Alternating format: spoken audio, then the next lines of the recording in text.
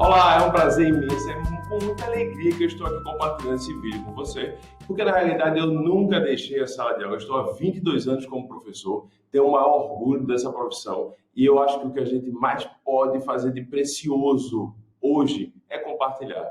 Eu não estou aqui para dizer que existe um caminho, o título do vídeo seria como planejar uma aula de sucesso. Eu preferi mudar um pouco essa apresentação para dizer razões para planejar minha aula. Por que eu devo planejar uma aula? O que me leva a querer planejar uma aula? Por que eu simplesmente não entro numa sala de aula? Eu não sei quantos de vocês que estão assistindo o vídeo fazem parte da educação básica. Se você faz parte da educação básica, mais especificamente da educação infantil, você sabe o que significa planejamento. Já se você faz parte da educação básica, em pré-vestibulares, ou terceiro ano do ensino médio, por exemplo, ou ensino médio em si, o planejamento já cai bastante de qualidade. Você não faz um review, por exemplo, do planejamento. É necessário planejar. Não há muito mistério, não há razões que você possa dizer, ah, meu Deus, e agora? O que é que eu faço? Eu coloquei aqui todas as minhas redes sociais para que você possa entrar em contato. Na realidade, a intenção aqui não é simplesmente criar um contato, é mostrar que nós somos uma comunidade junto com a Agenda Edu, e nessa comunidade nós podemos sim construir uma educação mais forte e mais acessível para todos os nossos alunos. Mas vamos lá. Em 1995, eu acho que todos vocês vão lembrar dessas imagens aí, eu acho que marcou bastante o nosso dia a dia, o nosso cotidiano. Eu tenho vários celulares.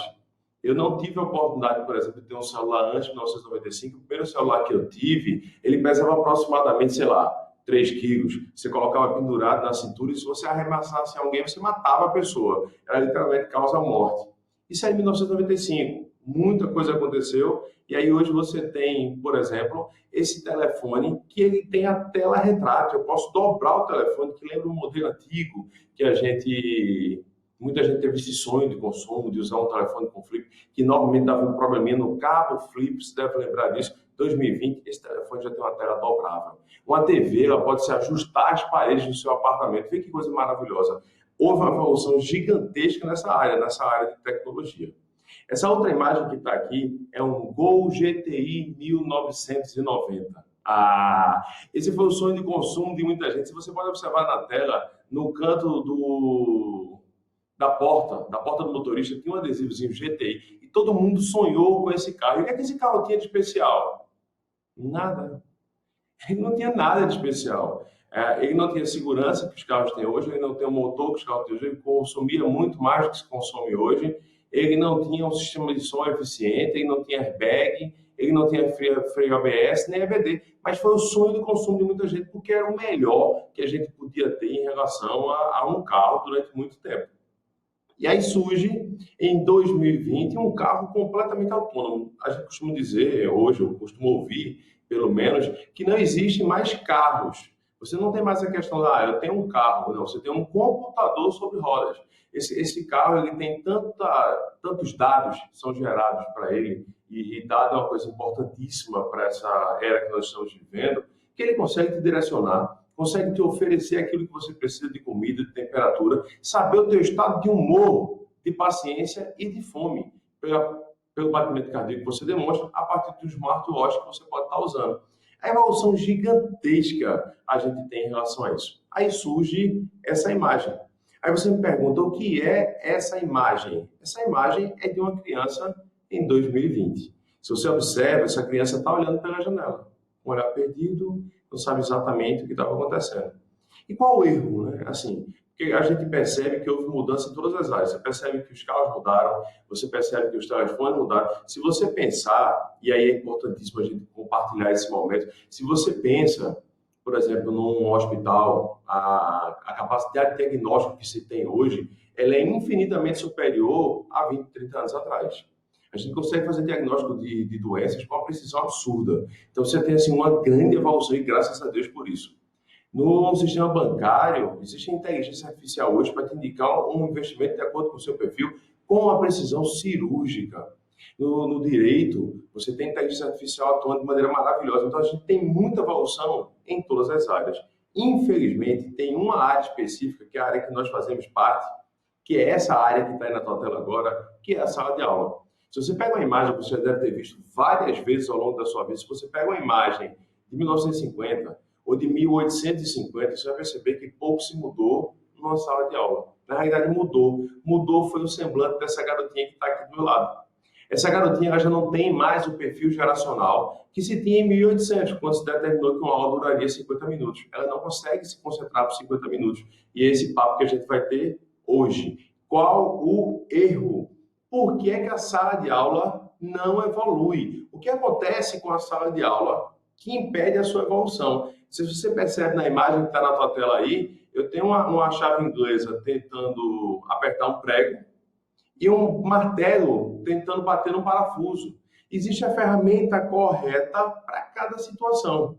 E o que acontece em educação? Com tantas ferramentas maravilhosas que nós temos, de todos os lugares você vai ser bombardeado, e hoje, assim, essa agenda que você está recebendo é espetacular. A gente está compartilhando uma jornada inteira de educação. E por que com tanta ferramenta, ainda assim, a gente tem dificuldade de acontecer? Porque existe uma pergunta, que é essa que está na tua tela agora, que é difícil de responder. É muito difícil de responder. Quais são as substâncias mais resistentes do planeta? Eu sou professor de Química, sou professor de Química de Sucesso desde 2012. Foi quando a gente começou o trabalho online. Então, assim, falar sobre resistência de matéria, para mim, é relativamente fácil. Aí, qual é a substância mais resistente do planeta? Normalmente o pessoal vai dar o diamante, como está aqui na tela. Tá. O diamante, ele tem uma propriedade importantíssima, que é dureza. Você só consegue arranhar um diamante se colocar o diamante no processo. Você não consegue arranhar um diamante com uma pedra, ou com um pedaço de prego, um ferro. Você não vai conseguir arranhar. Porque ele tem uma dureza tão elevada que ele só é arranhado por outro diamante. Ele tem uma resistência grande a riscos. Aí você olha o titânio. O titânio, ele, além da sua dureza, da sua resistência, da sua tenacidade, ele ainda é leve. Então, assim, mas ele definitivamente não é mais uma substância hoje de maior dureza e resistência do planeta. Eu tenho quase certeza que essa imagem que está aí agora conecta você, me conecta e conecta a sala de aula à realidade. Por que a sala de aula não evolui? É por causa dela? Não, na realidade é por causa do professor. O professor, exatamente, sou eu e você, a figura mais resistente do planeta. Não estou reclamando, nem estou dizendo que você está errado, não é isso. Existe uma importância na sua resistência. Você é tão importante nessa resistência que, com tudo que acontece no mundo, que é contrário a uma evolução do professor, com tudo que acontece de negativo com a imagem, com o título de um professor, inclusive o salário, você ainda resistiu. Você resistiu porque você acredita, isso é maior do que você. É utópico. E assim, mesmo com tudo isso, a gente consegue sobreviver, ultrapassar fronteiras que outras profissões, outras pessoas provavelmente já teriam desistido. Então você é uma figura ultra resistente. Mas essa mesma resistência que existe do professor, existe também na mudança. A gente precisa perder esse timing. O que você precisa compreender, e aí eu quero olhar para você, que você precisa compreender que as gerações mudaram muito rápido. E uma das coisas que mais se aprende hoje com a EdTechs é que você precisa errar. Se você não errar, você não inova. Sem erro, sem inovação. E você não pode sofrer com o erro. Então, assim, a gente vai ter que tentar. Quando eu for planejar uma aula, não quer dizer que o título de planejamento de uma aula de sucesso. Não quer dizer que a tua aula vai ter sucesso porque você planejou, como eu vou falar agora. Não é isso especificamente. É que você vai ter que fazer pré-teste. Agora, é óbvio, com acompanhamento, com trabalho de grupo, coletivo, por isso que eu coloquei minhas redes sociais lá no começo, para que você possa interagir. Pode mandar mensagem, pode interagir, não tem dificuldade nenhuma. Nós somos um único corpo que quer trabalhar em prol da educação. E isso vai acontecer quando a gente tiver uma massa crítica que acredite nessa mudança e que não tenha medo de errar. Eu preciso que eu e você, a partir de hoje, ou se você já está assistindo esse vídeo, já é um passo gigantesco, nós não temos mais medo do erro. A gente não pode sofrer com erro. Vamos errar, mas vamos errar diferente todos os dias. Errei, tá? Então a gente corrige, faz de novo, mais rápido, melhor e mais barato. Vamos procurar soluções para que isso tudo possa acontecer. E aí, sim, né? Assim, aí vai surgir essa pergunta, e agora, né? Como é que eu planejo a minha aula? Agora que a gente começa o nosso debate. E é um debate mesmo. Essa imagem que você está vendo aí é uma imagem que chama muito a minha atenção, ou chamou muito a minha atenção. Eu não sei se você sabe, 83% dos alunos que fazem a prova do Enem, ou que fizeram a prova do Enem em 2018, o dado de 2019 eu ainda não peguei o microdado, a gente vai analisar também o microdado de 2019, Se você pegar 2018, 83% dos alunos erram questões interdisciplinares de acordo com o INEP. O que são questões interdisciplinares quando envolve mais de uma disciplina? Principalmente em natureza e humanidades. Então, assim, eu tenho 2 blocos que estão condenando os alunos. Aí você vai dizer, e onde ocorreu essa falha? Na formação como um todo. Aí vem do infantil, no fundamental anos finais, até chegar ao ensino médio. E 83% dos alunos erram. Sabe como é que a gente descobriu? Nós vamos fazer uma cobertura do vestibular. E nessa cobertura do vestibular, era uma cobertura ao vivo, transmissão ao vivo, foi um momento bem tenso, assim, eu estava coordenando essa transmissão, e a prova saiu, né, 17 horas, eu disparei para a equipe inteira, sei lá, tinham 18 professores de natureza, química, física e biologia atuando, e aí chegou o momento lá, questão 23, e nenhuma equipe respondeu qual era o gabarito. Pessoal, física, não é com a gente não, química, não é com a gente não, biologia não é com a gente não. Isso se repetiu por 8 questões naquele ano. E aquilo provocou uma dor gigantesca, porque, espera aí, se o professor não trabalhou, se estava no conteúdo, no material, também não estava. E se não estava no material e o professor não trabalhou, como é que o aluno vai ser capaz de desenvolver? É complexo. E por que isso acontece? Porque, em geral, nós não trabalhamos com dados, a gente costuma não olhar os dados. Olhar um relatório é uma coisa que provoca sofrimento e não é para provocar. É você olhar o dado e corrigir. Então, pega essa informação e já guarda para você aí, para que a gente possa evoluir no processo. E aí nós partimos para contratar uma agência. Deixa eu tocar a posição que eu estou aqui, ficar aqui ao lado delas. A gente contratou uma agência jovem, muito jovem, agência júnior da universidade, e eles entraram nas escolas, nós mapeamos as escolas, e eles entraram nas escolas e fizeram uma pesquisa com aproximadamente 3 mil jovens entre 14 e 17 anos. Isso nos gerou 321 páginas de relatório e 33 horas de áudio, que as conversas, os bate-papos eram gravados. Então, a gente tem 33 horas de áudio ouvindo esses 3 mil jovens, com perguntas diversas, de como você engaja, quem é o professor que você gosta de assistir aula, por que você gosta, por que você não gosta, o que você sente quando chega na escola. Tem N perguntas que foram feitas para que a gente pudesse traçar o perfil de quem é o aluno que está no ensino médio hoje. Por quê? E por que começou pelo ensino médio? Porque é onde a gente tem mais informação. Tem informação do INEP, tem informação de vários sistemas de ensino, oficiosos, mas tem o sistema de ensino do MEC também, então isso gera um volume de dados interessante, e a gente também tem todo o processo histórico do aluno já na escola. Mas é preciso crescer esses dados também no fundamental e no infantil. Isso foi crucial para que a gente pudesse dar o próximo passo, né? Nós percebemos, a partir disso, que existem graves problemas de comunicação e engajamento entre a escola e o aluno. A escola faliu, só não sabe que faliu. O aluno não suporta estar na escola e ele só não sabe que não suporta ficar ali. Aquilo para ele ali é insuportável. Ele não quer definitivamente estar naquele local. E aí gera um conflito. Porque se teu aluno não quer estar na escola, se a escola não sabe como lidar com o aluno, se o professor não sabe lidar com o aluno, eu e você temos que entrar na sala de aula todos os dias. E o que é que eu faço? Eu entro na sala de aula e como é que eu vou lidar com esse aluno que não quer estar presente ali? Aí a gente vai simplesmente delegar a outros ou vai dizer que não funciona e vai ficar reclamando na sala dos professores? Também não vai acontecer. E é isso não, ou melhor, isso não vai solucionar o problema da escola. E se isso não resolve o problema do aluno, se isso não resolve o problema da escola, até a câmera tremeu agora aqui, o que é que vai resolver, né? Como é que a gente vai conseguir desenvolver um processo que seja realmente saudável, que a gente possa entrar em sala de aula, mantendo nossa saúde emocional e, mais importante, olhando para o aluno também como um ser que precisa de ajuda, mais do que nunca. A diferença é que o aluno não precisa mais da sua ajuda, talvez, eu fiquei na frente da tela aqui, talvez ele não precisa mais da sua ajuda para conhecimento, para conteúdo, porque conteúdo ele vai encontrar na rede com facilidade, muita facilidade, mas ele precisa de você demais. Precisa emocionalmente, precisa no sentido de orientação e de tutoria. O título de professor ele não desaparece. É assim, o pessoal quer dizer, o professor vai ser o quê? Professor. Ele muda a forma de atuação, mas ele jamais vai mudar a ação dele. Ele continua sendo professor e continua sendo responsável por um grupo de alunos a cada intervalo de tempo. Essa função, essa característica, ela não se perde. Esse gráfico que você está vendo aí agora, que está aparecendo aqui, esse gráfico é tenso. Por que ele é tenso? São pesquisas, essa pesquisa é feita anualmente, E a pesquisa foi realizada de 2018 para 2019, em 2020 eu não tenho dado, é que o tempo de concentração de um jovem hoje, aquele jovem de 14 a 17 anos, é de no máximo 2 minutos. Se eu tivesse com esse vídeo, que agora está com 15 minutos e 8 segundos, ele não estaria mais assistindo. Ele já teria saído do vídeo, porque o tempo máximo de consideração dele são 2 minutos.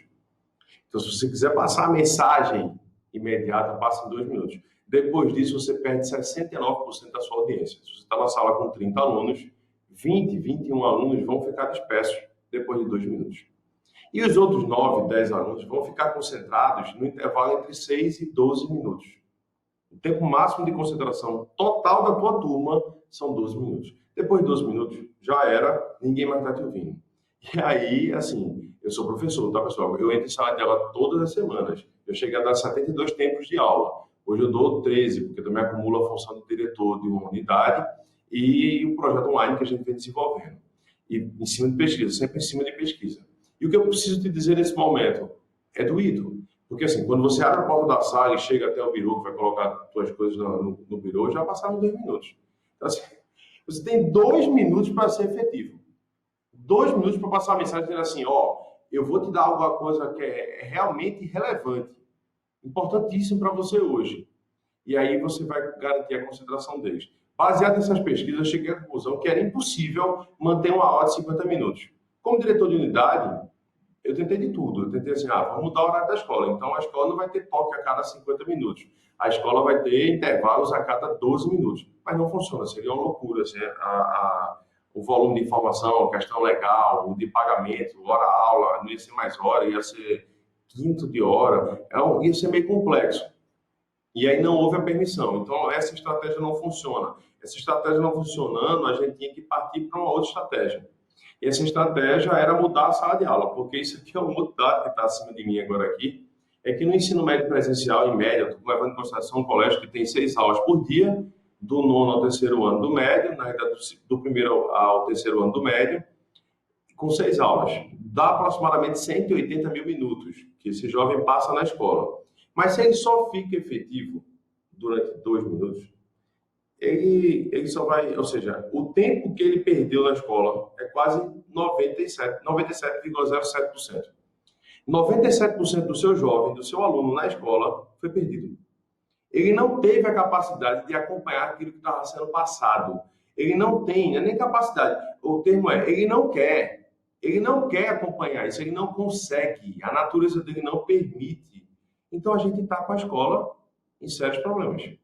Gravíssimos problemas de comunicação e engajamento, porque ela passa uma mensagem para um jovem que ignora ela, ignora o professor. Só que o professor está na ponta, e esse professor que estava na ponta está levando bordoada e está sofrendo também, precisa ser cuidado. Porque eu e você, que estamos em sala de aula, nós sabemos que a coisa não está fácil, e cada ano só piora, a gente só escuta notícia ruim em relação ao processo como um todo. Tá? E o que, é que a gente faz? Né? A gente já percebeu. Aí vem a pergunta assim, como fazer? Aquela how to do, e agora? O que é que eu faço para construir esse planejamento desse tempo de aula de 45, 50 minutos, que agora eu já sei, ou eu já sabia, que o tempo máximo de concentração são 2 minutos, ou 12, para um processo global. Eu diria que você comece a pensar como designer.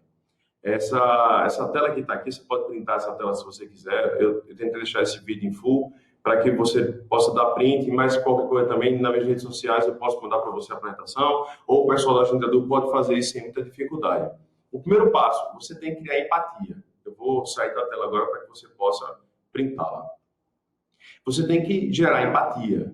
Eu tenho que aprender sobre o meu público, é o que eu estava falando, tem que pesquisar, tem que ouvir, tem que observar, tem que entrevistar. E não é perguntar aquilo que você quer ouvir, é o que realmente ele precisa. O primeiro passo é seja empático, se coloque no lugar dele, saiba que ele tem dores, que a geração dele é muito diferente da minha e da sua. Provavelmente já passaram 2 ou até 3 gerações aí entre você e seu aluno. O perfil é completamente distinto, a velocidade do processador dele é absurdamente rápido e pode ser que esse aluno não tenha TDAH, como o pessoal diz, ou hiperatividade ou qualquer outra coisa que possa ser diagnosticada, ele é simplesmente muito mais rápido, ele é muito mais acelerado. E ele está te ignorando porque ele não vai para o confronto, não é perfil dessa geração ir para confronto, ele simplesmente ignora porque ele não acha que aquilo que você está fazendo é relevante para ele. Então ele simplesmente se desliga, se desconecta de você. Certo, e o que é que eu faço, né? Aí eu volto para o segundo passo. Segundo passo, defina. Você precisa definir o seu escopo de trabalho. Assim, o que é que eu vou fazer na minha sala de aula? Você não pode, não dá para entrar na sala de aula sem planejar essa aula. Vai ter que planejar. Procure por padrões e insights. Suposições de possíveis perguntas que o teu aluno possa fazer. É assim, quebra toda a barreira de preconceito que você possa ter na face da Terra. Procura todos os insights de comunicação. Existem comunicadores que são espetaculares. Estou achando várias palestras aí, que um é melhor que o outro. O que, é que essa galera faz que chama a atenção de um jovem que você talvez não esteja fazendo? Existe alguma coisa dentro desses perfis de comunicação, e às vezes talvez não esteja nem em educação, porque é uma rede social que está bombando hoje, os vídeos são de 10 segundos. E esse vídeo não tem texto, é só imagem e música. É velocidade absurda. Então, assim, o que é que eu estou fazendo? Ou melhor, o que é que o outro está fazendo que pode trazer para mim um insight e eu posso colocar isso no meu processo? E aí, quando você pensar em inserir isso no seu processo, você pensa assim, e quais são as possíveis perguntas que eu posso ter e que eu preciso responder antes? Isso é planejar. Isso é o que a gente fala assim, ó, você vai começar um processo de planejamento da tua aula. Aí vão surgir as ideias, assim, você vai entrar no campo de ideia. Você já ouviu um insight, agora você vai encontrar muitas soluções. E aí vai uma sugestão, experimente co-criar com seus colegas e faz aí um brainstorm, um brainstorm, como você queira chamar. Enquanto parceiros, é mais uma vez, por que eu coloquei minhas redes sociais aqui? Porque eu quero parceiros, assim, eu não vou conseguir. Ninguém, a agenda não vai conseguir. Ninguém vai conseguir fazer uma mudança sozinho. A gente precisa ter uma massa crítica. Precisa de um corpo para que isso aconteça. Precisa de uma massa para explodir essa bomba atômica. Então a gente precisa estar junto. Eu preciso que você co-crie. É que assim, eu tive essa ideia, estou pensando em fazer isso, isso e isso. Aí, ó, legal, eu fiz assim, deu certo, eu fiz assim, não deu certo. Essa co-criação é importantíssima para que a gente possa desenvolver um trabalho que seja realmente relevante para os alunos. E aí, cria um protótipo. O que é um protótipo? É um pré-teste. Você vai entrar na sala na segunda-feira, na terça-feira ou na quarta-feira, escolhe uma turma que seja até um pouco mais participativa e vai pensar muito grande. Você vai pensar assim, o que é que eu faço para ganhar o mundo agora, assim, para ser o maior do planeta? O que é que eu levo para ganhar esse... E age de maneira muito pequena e rápida. Fale rápido, sem medo com a história. Pode errar. Você percebeu que não deu certo? Muda. Aí, das estratégias que você montou, você vai perceber que algumas funcionam e outras não. E aprenda com seus alunos. E o mais importante de tudo, recomece. Você tem que recomeçar o tempo inteiro. Isso nunca vai estar preparado. Você vai estar pronto. Eu vou até mudar. Você nunca vai estar pronto para entrar na sala de aula. Você pode estar preparado. Você tem subsídio, você tem ferramenta para entrar na sala de aula. Mas pronto? Não. A gente vai ter que estar o tempo todo aprendendo com o aluno, porque eles vão mudar. O teu aluno desse ano já é diferente do aluno do ano que vem e tem uma característica diferente, e às vezes é uma característica de grupo, é uma característica geracional como um todo, que você tem que levar em consideração. Então você vai ter que começar de novo. E quando a gente cria coletivamente, é assim, o que era a minha experiência passa a ser a experiência agora de 2.000 pessoas, 3.000 pessoas, e o que é a experiência de vocês passa a ser de 10.000, 15.000, 100.000, 1 milhão de professores. Nós temos 2,5 milhões de professores na educação básica do Brasil. Imagina se esses 2,5 milhões dividissem suas experiências, se compartilhassem, se criassem colaborativamente, se um pudesse ajudar o outro. Esse é o estado da arte. É quando a gente vai dizer assim, caramba, não, agora a gente está fazendo diferença. E aí eu criei uma estratégia há um tempo atrás que funcionou muito bem, continua funcionando. Não é tomar chopp, comer pizza, definitivamente não que seja ruim. É o fracionamento da aula. A gente vai fracionar a aula. Você não tem o que fazer. A tua aula dura 50 minutos e você tem que entrar na sala. E aí você sabe que o teu aluno se concentra no máximo por 12. Né? 2, a maior parte já foi, e aí 12 para sair todo mundo. Então a gente vai fracionar. Fracionar como? Você vai fracionar usando fases. Ao invés de ter uma aula inteira, eu vou te dar uma boa notícia, você vai organizar isso com a coordenação e com a direção, e pode ter certeza que vai funcionar. Você vai fracionar sua aula de 50 minutos em 4 blocos de 10. E vai acordar com seus alunos um intervalo de 2 minutos e meio a cada bloco. Você vai dar 10 minutos, bloco fecha, intervalo, o aluno faz o que quer, fala no celular e tal. Pode dizer que se for intervalo e tiver temporizado, se for negociado, se for pactuado com ele, ele vai obedecer. 2 minutos e meio depois ele vai voltar à sua reação normal e você começa o segundo bloco da aula. Mais 2 minutos e meio, o terceiro bloco. Mais 2 minutos e meio, o quarto bloco. Então você tem 4 blocos em toda a aula.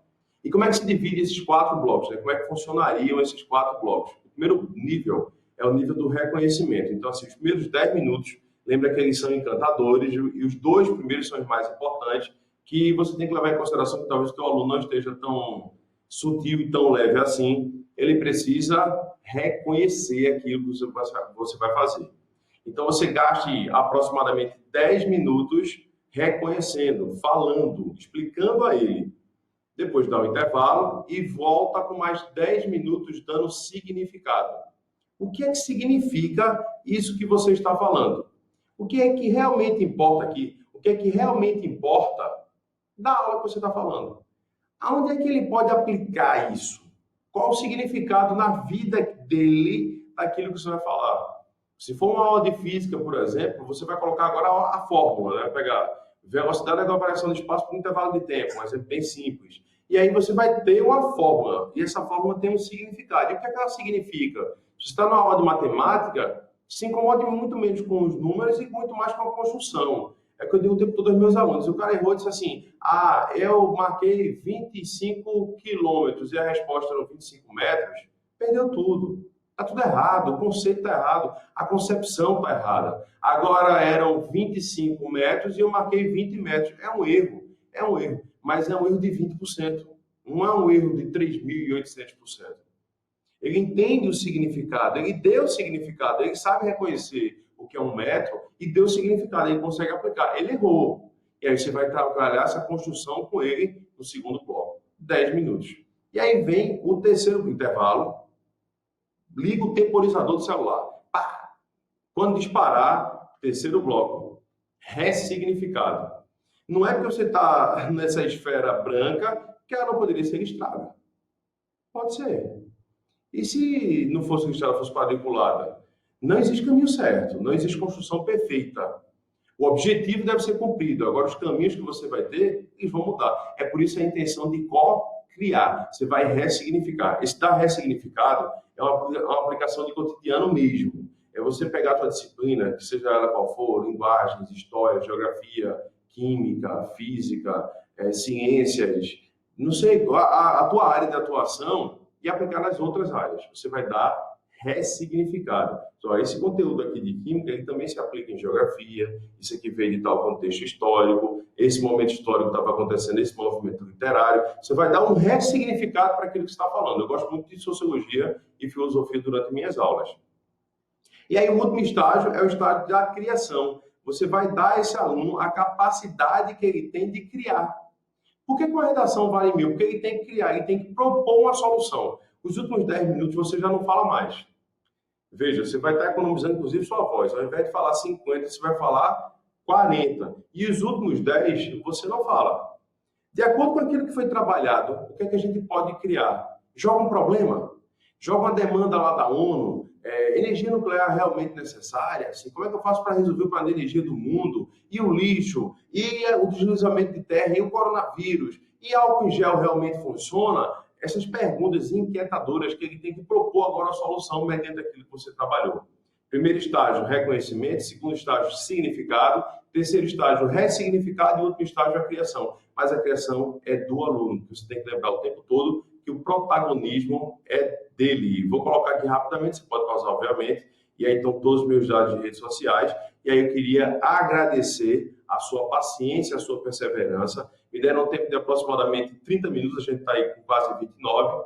É um prazer sempre gigantesco compartilhar esses momentos. Por quê? Porque é assim que a gente vai construir essa bomba de impacto ultra positivo para a sociedade. A gente precisa mudar a realidade, sim. Não é a realidade só da sua cidade, da sua escola, é uma realidade nacional, que essa Latam ou talvez até mundial, que possa ser impactada com um pequeno gesto seu.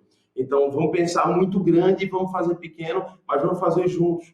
Muita gente fazendo coisas pequenas e distribuindo e co-criando vai provocar um impacto gigantesco. O professor Carlos André está sempre à sua disposição. Um beijo bem forte no seu coração e conte sempre comigo.